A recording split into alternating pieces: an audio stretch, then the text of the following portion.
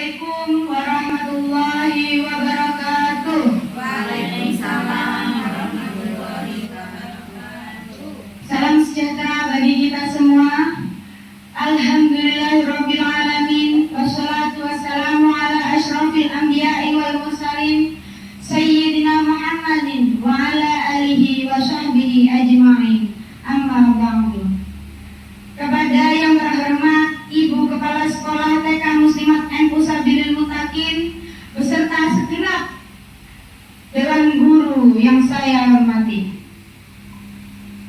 Pertama-tama, marilah kita panjatkan puja dan puji syukur kehadirat Allah Subhanahu wa Ta'ala yang telah melimpahkan rahmat-Nya kepada kita semua, sehingga kita bisa berkumpul pada kesempatan pagi hari ini dalam kegiatan desiminasi tanpa halangan apapun.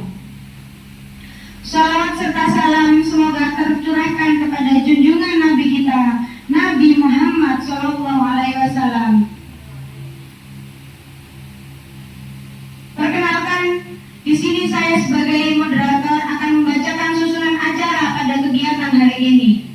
Yang pertama pembukaan, yang kedua sambutan Ibu Kepala Sekolah TK Muslimat NU Sabilil Muttaqin sekaligus pembukaan desiminasi, yang ketiga acara inti, yang keempat doa dan penutup. Marilah acara pada hari ini kita buka dengan bacaan Yaumul Kitab. Ila hadratin Nabi Mustafa Muhammadin sallallahu alaihi wasallam. Al-Fatihah.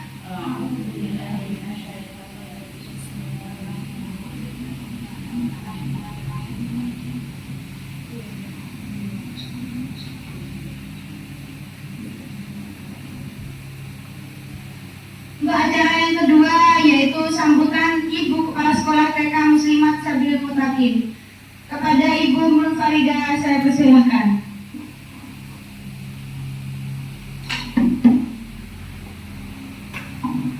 Assalamualaikum warahmatullahi wabarakatuh. Waalaikumsalam warahmatullahi wabarakatuh. Bismillahirrahmanirrahim. Alhamdulillahirabbil alamin. Assalatu wassalamu ala asyrofil mursalin sayyidina Muhammadin wa ala alihi wa sahbihi ajmain. Amma ba'du.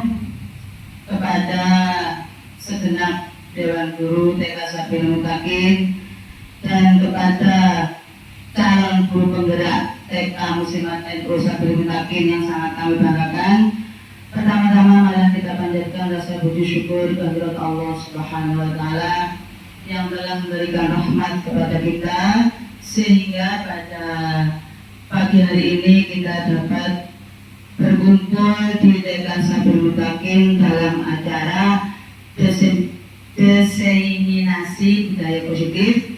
Itu adalah salah satu program dari calon guru penggerak yaitu Ibu Siti Halimah. Kedua kalinya salam marilah kita limpahkan kepada junjungan kita Nabi Muhammad sallallahu alaihi wasallam yang telah berhasil melomba-lombakan mengatur mati dan nur yakni Islam. Ibu-ibu segenap Dewan Guru yang kami hormati, perlu kami informasikan bahwa tahun ini adalah tahun yang sangat kami banggakan karena saya sebagai pengelola atau kepala sekolah TK Sabilil Muttaqin. Tahun ini guru-guru di antara guru-guru TK Sabilil Muttaqin ada yang terjaring calon guru penggerak yaitu Ibu Siti Halimah. Aplausnya monggo. Maka dari itu, karena calon guru penggerak adalah salah satu program pemerintah yang tidak mungkin semua guru itu akan terjaring kalau dia tidak berusaha atau berusaha mencari informasi di data-data di CPKB-nya. Oke. Karena dulu sebenarnya lembaga kami mau terjaring Bu, tapi karena mungkin bukan rezeki mau terjaring sekolah penggerak, tapi karena salah satu kesalahan informasi jadi kita tidak bisa. Tapi tetap kalau memang itu rezeki ternyata salah satu guru dapat terjaring sebagai calon guru penggerak. Ibu-ibu yang kami hormati, di sini adalah diseminasi budaya positif adalah salah satu program dari calon guru penggerak. Karena diseminasinya adalah budaya positif yang dilakukan di lembaga, maka mohon dukungannya para guru semua agar diseminasi ini dapat berjalan lancar dan sukses.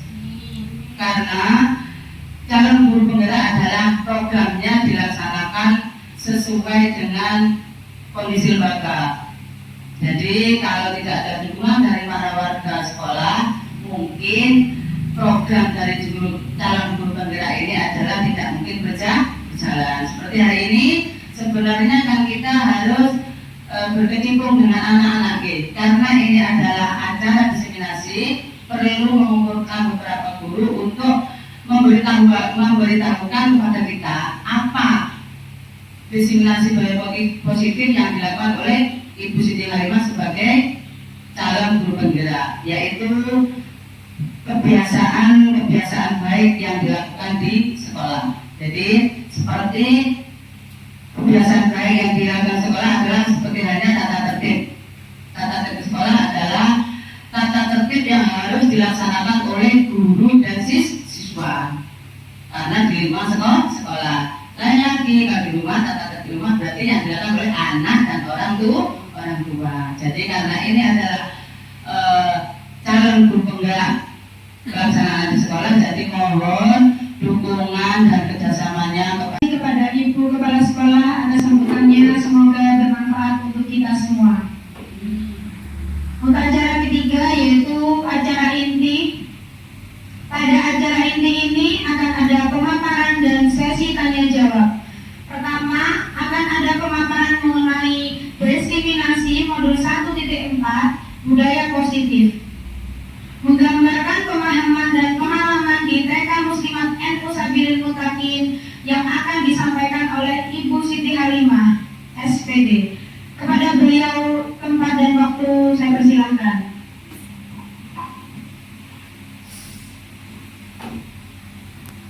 Assalamualaikum warahmatullahi wabarakatuh. Waalaikumsalam warahmatullahi wabarakatuh.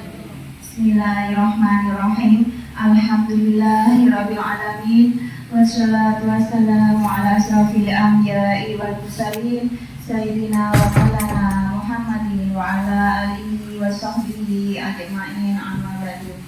Pertama-tama marilah kita panjatkan puji syukur kehadirat Allah Subhanahu wa taala yang telah melimpahkan rahmatnya kepada kita sehingga pada pagi hari ini kita dapat berkumpul kembali dalam acara penyelesaian saya di tugas aksi nyata modul 4.1 yaitu diseminasi budaya positif dengan keadaan sehat walafiat dan semoga diberi kelancaran dan kemudahan dalam melaksanakan forum pada pagi hari ini. Kedua kalinya salawat serta salam tak lebih kata haturkan kepada junjungan Nabi besar Muhammad Sallallahu Alaihi Wasallam yang telah membawa umatnya dari zaman jahiliyah menuju ke zaman Islamiyah. Ketiga kalinya tak lupa kita ucapkan terima kasih kepada Kepala Sekolah TK Muslimat NU Sabilil Muttaqin dan kepada semua Dewan Guru TK Muslimat NU Sabilil Muttaqin yang telah mendukung acara saya yaitu calon guru penggerak dengan tugas di modul 1.4 yaitu aksi nyata diseminasi budaya positif. Sebelum acara kita mulai, di sini saya akan menyampaikan kesepakatan dalam forum diskusi pada pagi hari ini. Nanti di situ saya siapkan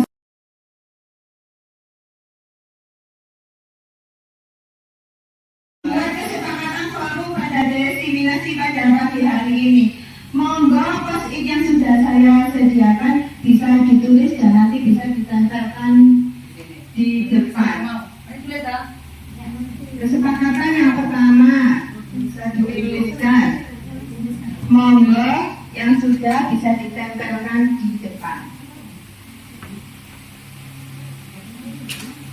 Cukup bunda, ya sudah ditulis, bisa dicatatkan Pak. Nanti saya akan bacakan.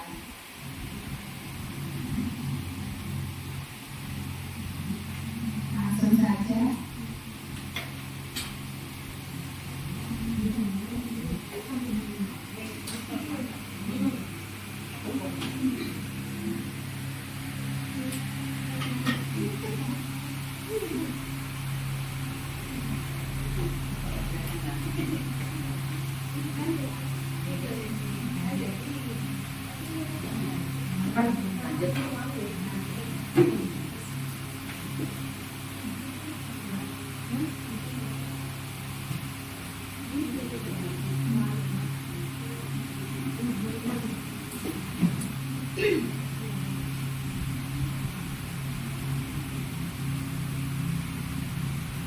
Baik, sudah semua. Dari sini saya akan membacakan kesepakatan yang jenengan buat ya.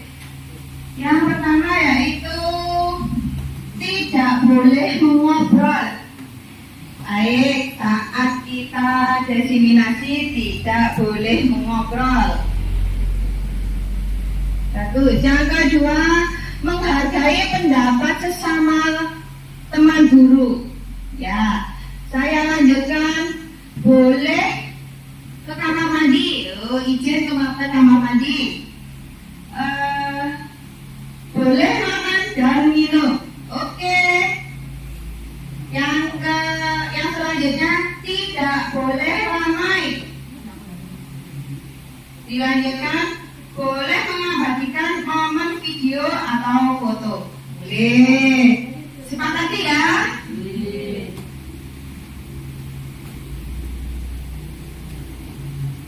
Izin ke kamar mandi. Tidak boleh mengobrol sendiri.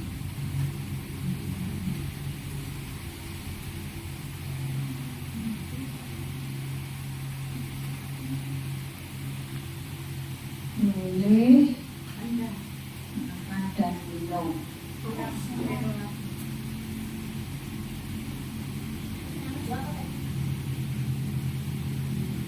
Ya, menjadi pendengar yang baik. Boleh makan dan minum.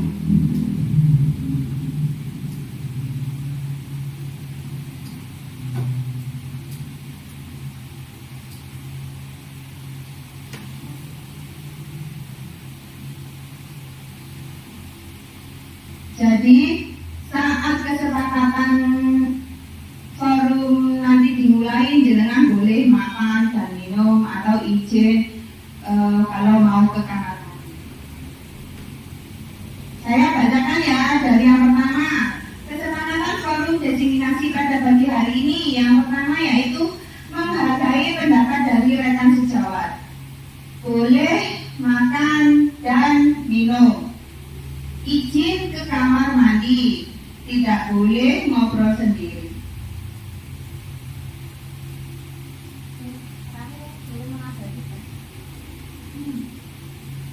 Boleh mengabadikan momen video atau foto.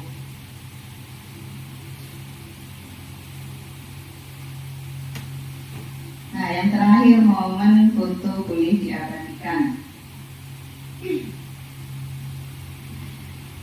Ibu-ibu, kayaknya kalian hari ini. Iya. Jangan katakan ya, karena kita di sini tuh belajar bersama. Kita sama-sama belajar. Karena orang hidup itu menuntut ilmu sampai akhir hayat. Sebelum saya paparkan, saya mau kasih ice breaking dulu ya. Gimana ya Ibu? Mau saya kasih ice breaking? Mau. Ice breakingnya begini. Menemukan nama hewan dari huruf yang paling akhir. Misalnya saya awali dengan saya ya. Langsung diuntukkan kepada siapa? Langsung menjawab. Nama hewan dari huruf yang terakhir. Misalnya saya ikan untuk ibu dia. Monggo.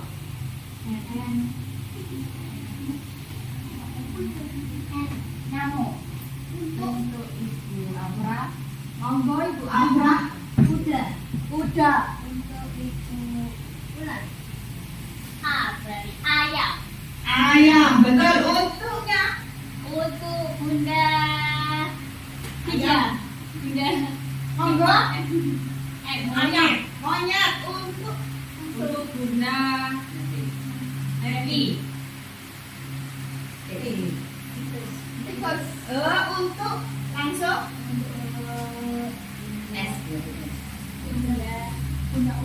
Bunda Umi. Sapi betul. I. Oh, nggih. Baik, berarti ibu-ibu pada pagi hari ini masih semangat. Semangat. Ayo, tambah semangat. Ha. Ha. Baik, terima kasih sudah menjalankan ice breaking yang sangat kompak pada pagi hari ini. Di sini saya akan memaparkan budaya positif. Apakah yang dimaksud dengan budaya positif? Budaya positif merupakan suatu proses perjalanan pendidikan yang harus kita jalani karena merupakan tanggung jawab kita sebagai pendidik. Positif tersebut dapat dijalankan dengan menerapkan konsep-konsep inti seperti yaitu disiplin positif dan nilai-nilai kebajikan. Teori motivasi, hukuman, penghargaan. Yang ketiga, restitusi atau keyakinan kelas. Yang keempat, kebutuhan dasar manusia dan dunia berkualitas. Ada restitusi 5, posisi kontrol. Yang terakhir yaitu restitusi, segitiga restitusi. Nah, sekarang menginjak di poin disiplin positif. Mungkin ada yang tahu apakah disiplin positif itu?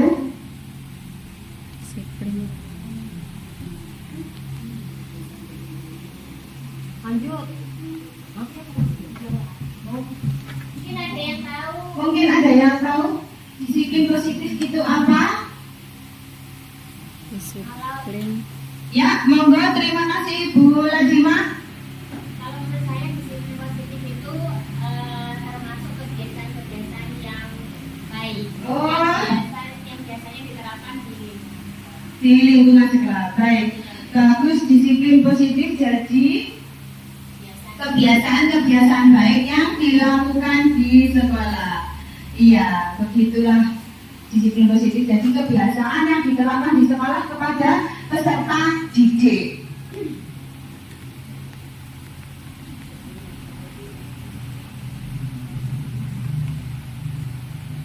Disiplin positif merupakan suatu cara penerapan yang mengajarkan anak bertanggung jawab dan menumbuhkan kesadaran diri berdasarkan nilai-nilai kebajikan. Nilai-nilai kebajikan apa ya yang ada di dalam diri kita dan pada diri anak-anak? Misalnya nilai-nilai kebajikan. Kalau kita naik kendaraan mau keluar dari rumah, kita tuh harus memakai helm. Berarti nilai kebajikannya itu terletak di mana? Kalau kita memakai helm, misalnya kalau kita flu, kita harus memakai masker. Nah, berarti nilai kebajikannya ada di kesehatan.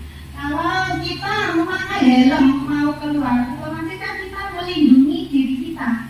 Berarti nilai kebajikan kita adalah pada keselamatan. Misalnya, kalau nilai-nilai kebajikan pada diri anak,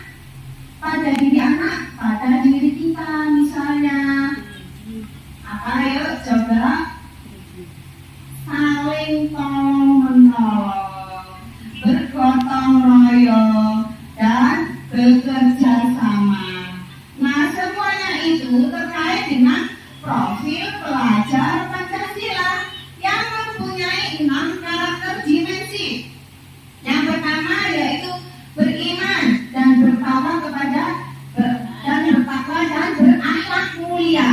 Nah, di situ nilai kebajikannya bisa apa Bunda? Menerapkan nilai sopan dan santun. Anak-anak bisa diajak untuk bersalaman dengan baik dan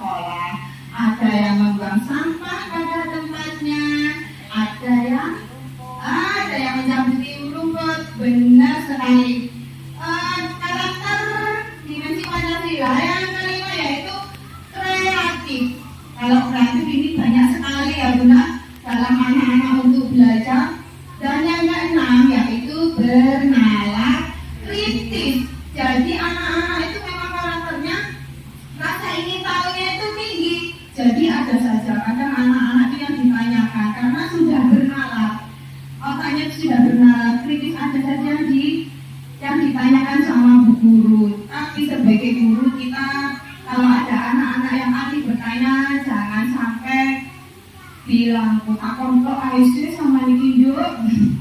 Jadi kita harus selalu memberi jawaban dari anak-anak yang sesuai biar anak-anak itu tidak bosan dan tidak sama guru itu sebagai teman lah, tidak sebagai musuh.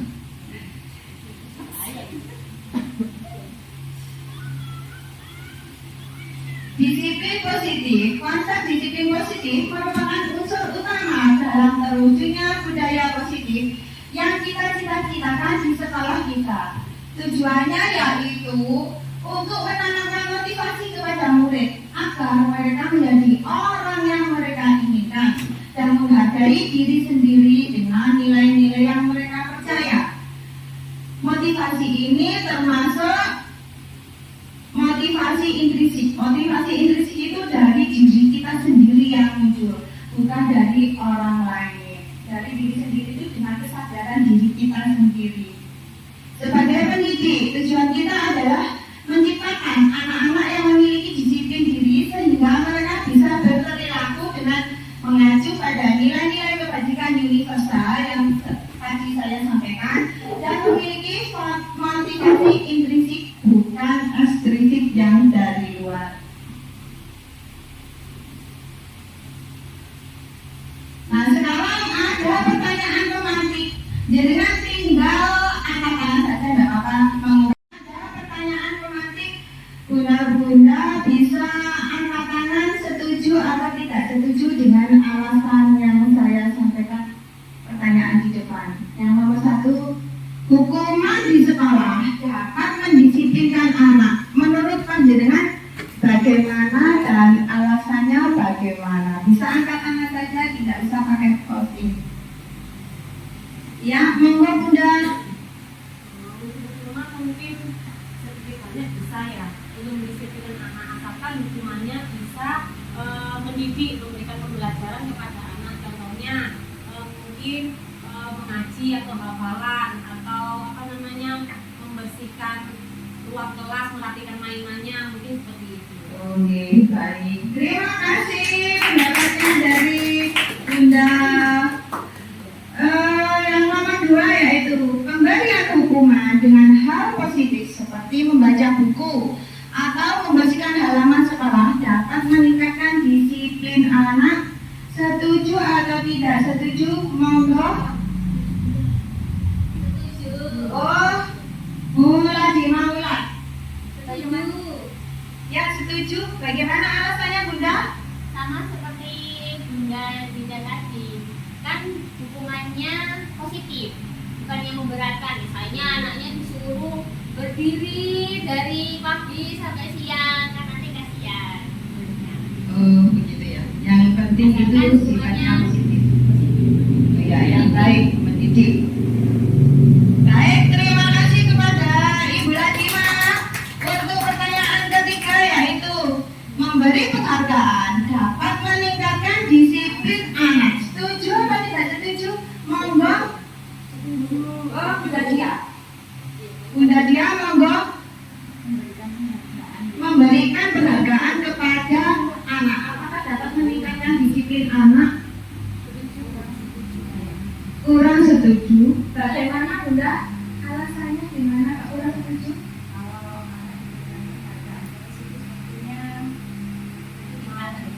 Iya, kalau mau apa-apa itu nanti minta. Iya, minta.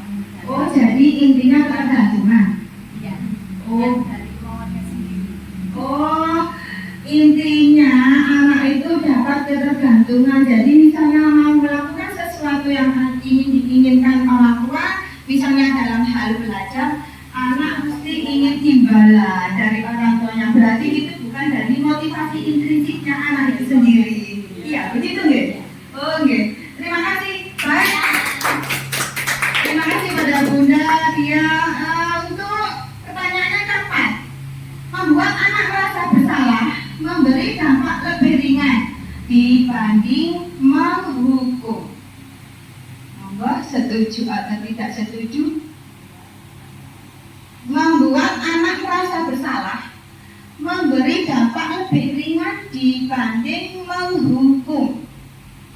Setuju. Monggo setuju dengan alasan? Karena dengan adanya dampak merasa bersalah, dia akan memiliki rasa empati kepada temannya. Seperti contoh halnya meminta maaf, itu kan bukan penerapan karena kebiasaan. Contoh halnya kita memberi kue saat ke teman, atau teman itu mengucapkan terima kasih. Dan salah satunya juga kita berbuat salah kepada dia, kita harus meminta maaf. Itu penerapan yang harus pembiasaan yang harus diterapkan setiap hari. Baik. Terima kasih kepada Bunda Dida. Terima kasih. Aplausnya semua untuk Bunda-bunda karena sudah mendalami pada sesi pertanyaan pemateri. Untuk selanjutnya, nah di sini ada motivasi perilaku yang disampaikan oleh manusia yang bernama Jim Gosen. Dalam bukunya menyatakan teori motivasi. Di situ ada 3 teori motivasi. Yang pertama yaitu menghindari ketidaknyamanan atau hukuman. Yang kedua, mendapatkan imbalan atau penghargaan dari orang lain. Nah, kedua motivasi tersebut itu termasuk motivasi yang bersifat eksternal, karena dari orang lain atau dari luar. Penghargaan dari orang lain kan termasuk dari luar. Yang ketiga, menjadi orang yang mereka inginkan dan menghargai diri kita sendiri dengan nilai-nilai yang mereka percaya. Ini termasuk motivasi yang bersifat internal dari diri sendiri dengan kesadaran diri kita juga. Nah, motivasi perilaku manusia ada 2, hukuman dan penghargaan. Di dalam menjalankan peraturan atau ada suatu pelanggaran, tindakan terhadap suatu pelanggaran pada umum, konsekuensi. Yang kedua, penghargaan atau hukuman adalah cara-cara yang menghancurkan potensi untuk pembelajaran yang sesungguhnya. Nah, ini penghargaan atau hukuman. Ini adalah cara-cara menghancurkan potensi untuk pembelajaran yang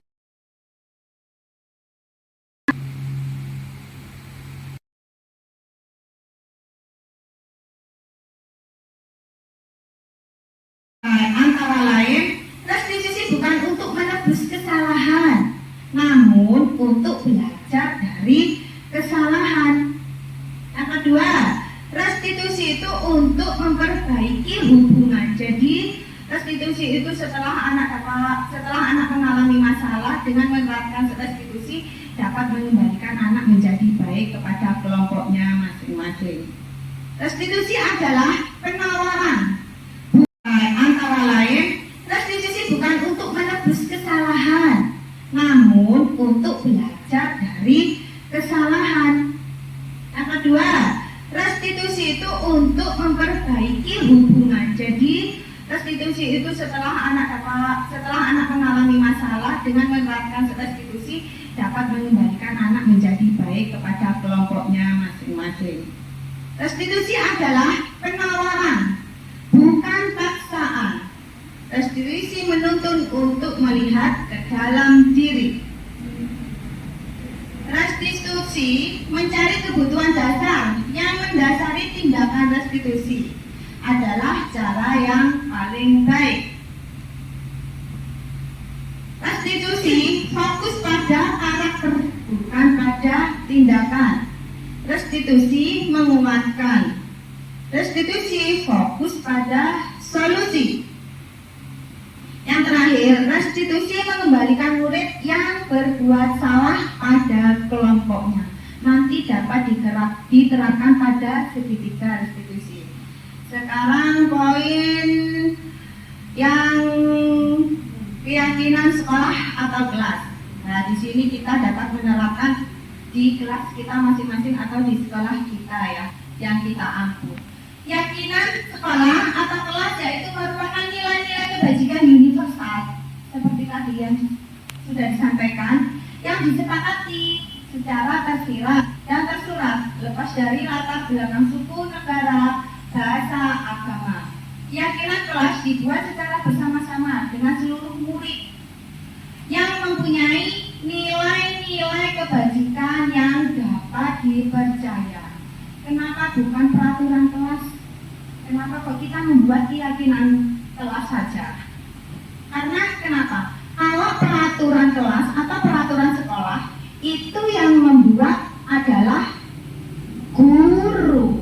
Tapi kalau keyakinan kelas yang membuat itu bersama-sama murid dan cara pembentukan keyakinan sekolah atau kelas. Keyakinan kelas itu bersifat lebih abstrak daripada peraturan yang lebih rinci dan konkret. Keyakinan kelas berupa pernyataan universal. Pernyataan keyakinan kelas senantiasa dibuat dalam bentuk positif. Keyakinan kelas hendaknya tidak terlalu banyak sehingga mudah diingat dan dipahami oleh semua warga kelas, terutama pada murid apalagi kalau di TK. Keyakinan kelas sebaiknya sesuatu yang dapat diterapkan di lingkungan tersebut. Kalau di sekolah ya kita menerapkan di sekolah. Semua warga kelas hendaknya ikut berkontribusi dalam pembuatan keyakinan kelas lewat kegiatan curah pendapat. Yang terakhir, bersedia meninjau kembali keyakinan kelas dari waktu ke waktu. Apakah keyakinan kelas itu bisa berhasil? Apakah tidak? Berarti kita harus sering-sering meninjau kembali pada keyakinan itu. Misalnya kalau di TK keyakinan kelasnya itu yang bagaimana?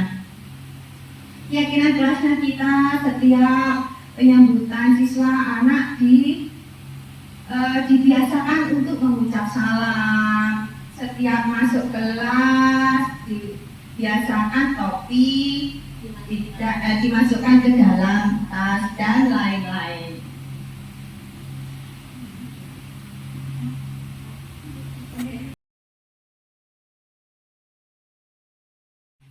Karena di poin kebutuhan dasar manusia, seluruh tindakan manusia itu memiliki tujuan tertentu.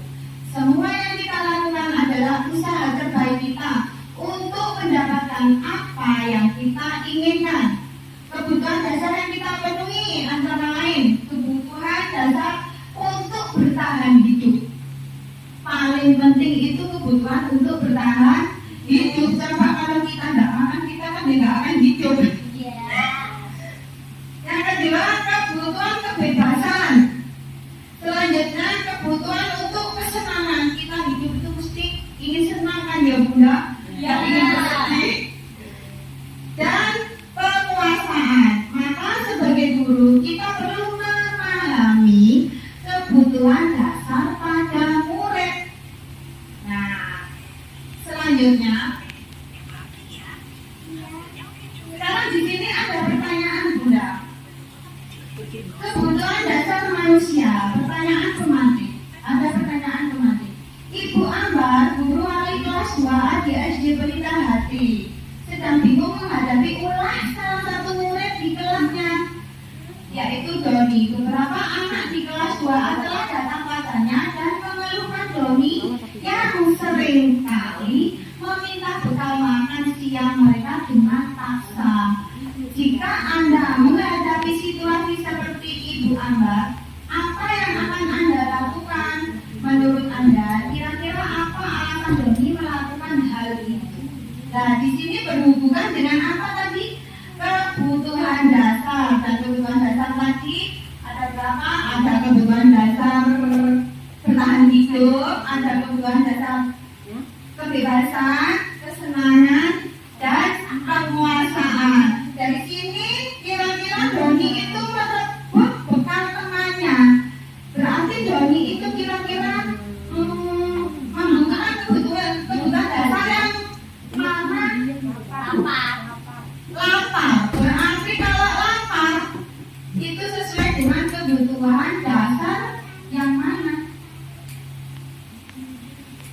bertahan hidup.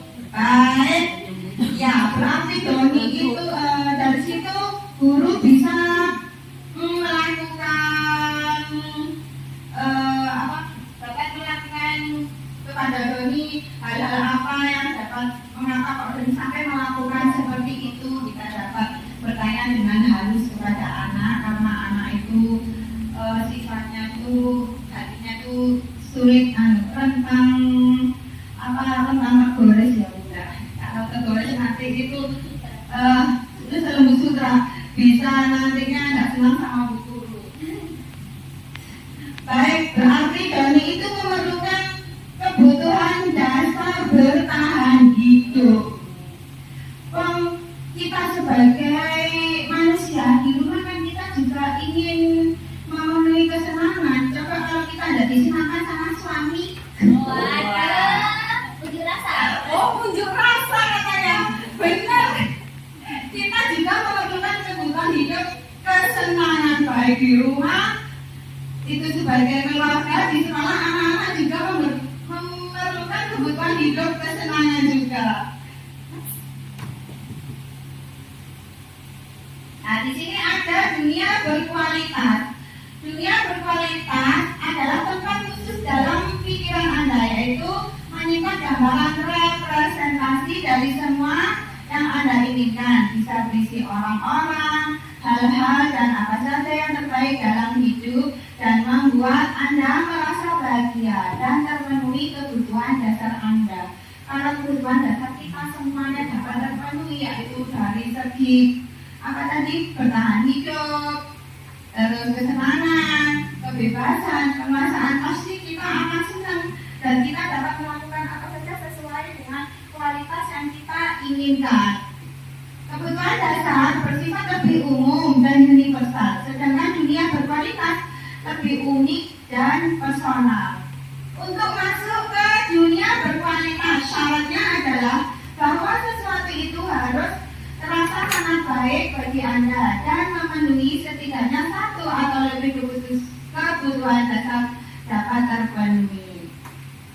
Murid kita juga mempunyai gambaran dunia berkualitas. Tentunya sebagai guru kita ingin mereka memasukkan hal-hal yang bermakna dan nilai-nilai kebajikan yang hakiki ke dalam dunia berkualitas mereka.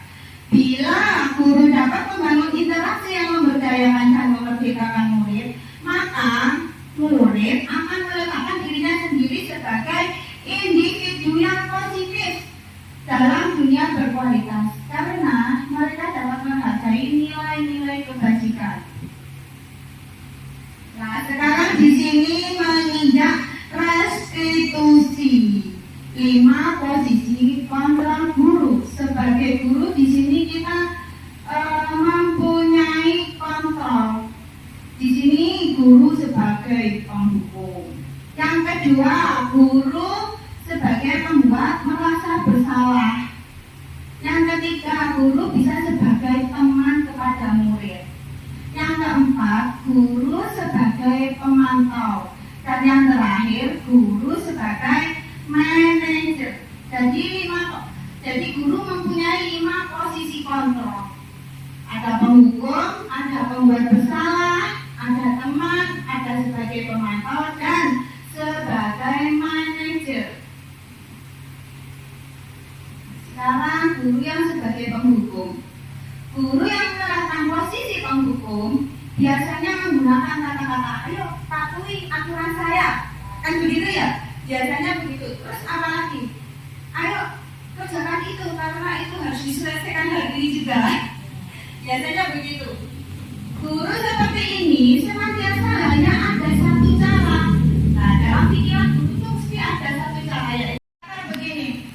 Sudah tahu kan anak-anak itu berbuat salah. Nah, begini. Tadi Mbak Romesa melakukan apa ya?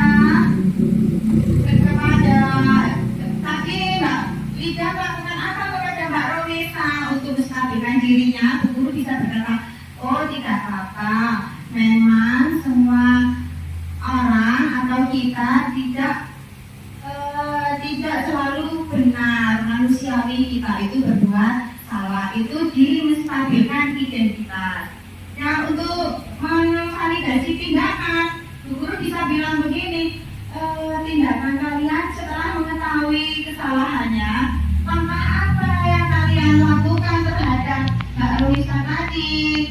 Nah, di sini berarti anak itu bisa menjawab, saya akan memperbaiki dengan meminta maaf. Dengan validasi, dengan segitiga diskusi yang terakhir, kita dapat menanyakan keyakinan kelas, bahwa keyakinan kelas yang disepakati di kelas kita, bahwa kita dan murid harus sayang sesama teman, sayang sesama guru. Itu juga termasuk keyakinan kelas.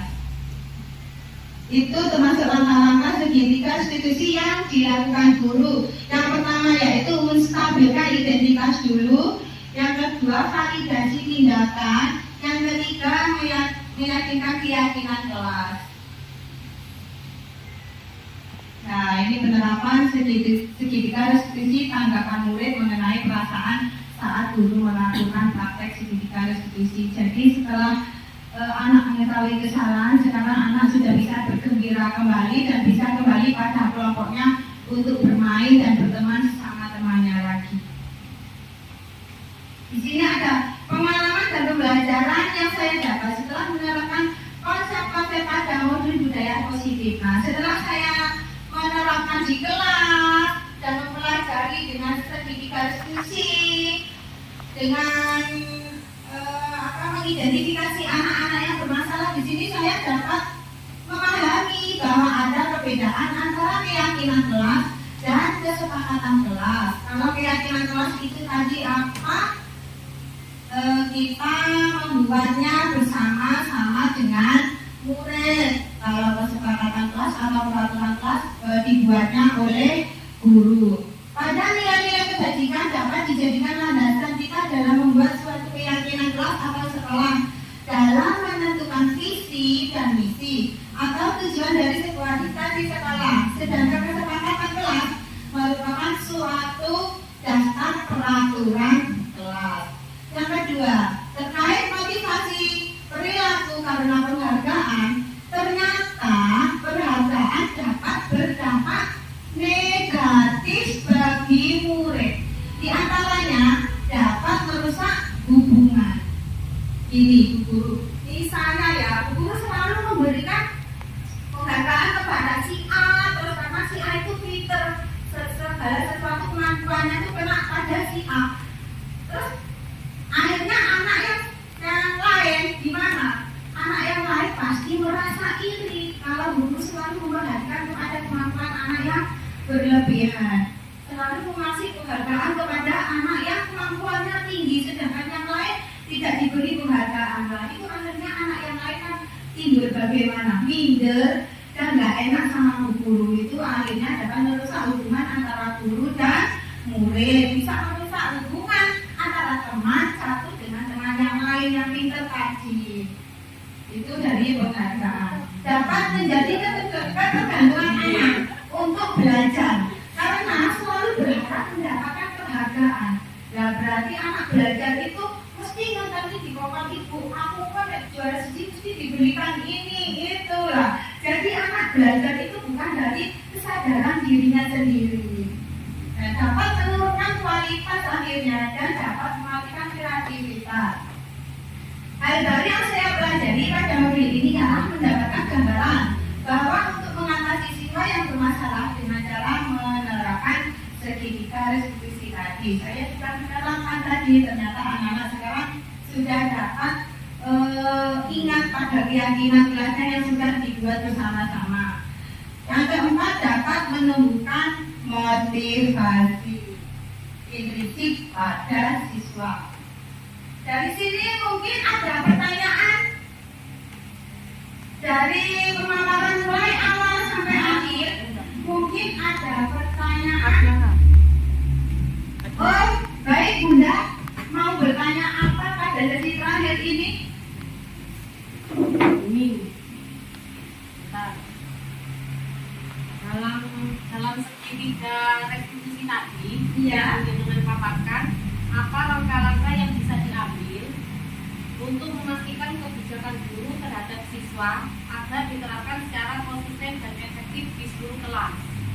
Oh iya, dari mengangkat permasalahan tadi, kembali lagi ke langkah-langkah segitiga restitusi tadi, kan ada 3 langkah ya untuk memecahkan masalah, yaitu yang pertama menstabilkan identitas dulu. Jadi anak tuh jangan langsung kenapa kok gini, kenapa kok begini, ya ditanya secara halus, cuma distabilkan dulu. Iya, namanya manusia itu tidak ada yang benar, semua manusia itu mesti ada salahnya. Dari situ kita dapat menstabilkan keadaan anak dulu. Semua orang tuh kadang bisa berbuat salah, tidak apa-apa, kalian berbuat begitu. Tapi lain kali, selanjutnya lain kalinya itu kita dapat memvalidasi murid begitu. Memvalidasinya kenapa tadi kok sampai begini, kenapa kan. Terus yang terakhir, setelah anak dapat menjawab itu, kita harus dapat menanyakan keyakinan Tuhan setelah kita buat bersama-sama. Jawabannya tadi apakah sudah diterima, Bunda? Tidak. Mungkin ada lagi yang mau bertanya di Tidak. sesi tanya jawab ini. Cukup. Sudah cukup, benar? Alhamdulillah benar. Baik, apakah tadi pemaparan pertama sampai akhir bisa diterima? Bisa. Alhamdulillah. Di sini saya mengucapkan terima kasih kepada semua Dewan Guru yang telah mengikuti pemaparan desiminasi tugas saya di modul 1.4, yaitu aksi nyata. Saya mengucapkan terima kasih yang sebesar-besarnya. Saya memohon maaf yang sebesar-besarnya. Wassalamualaikum warahmatullahi wabarakatuh. Waalaikumsalam warahmatullahi wabarakatuh.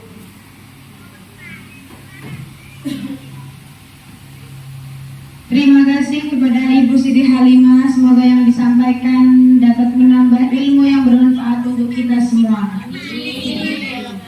Untuk acara yang terakhir, yaitu acara penutup, saya sebagai moderator mohon maaf bila ada salah kata yang kurang berkenan.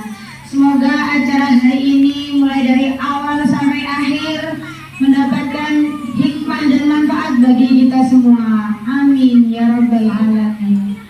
Wassalamualaikum warahmatullahi wabarakatuh.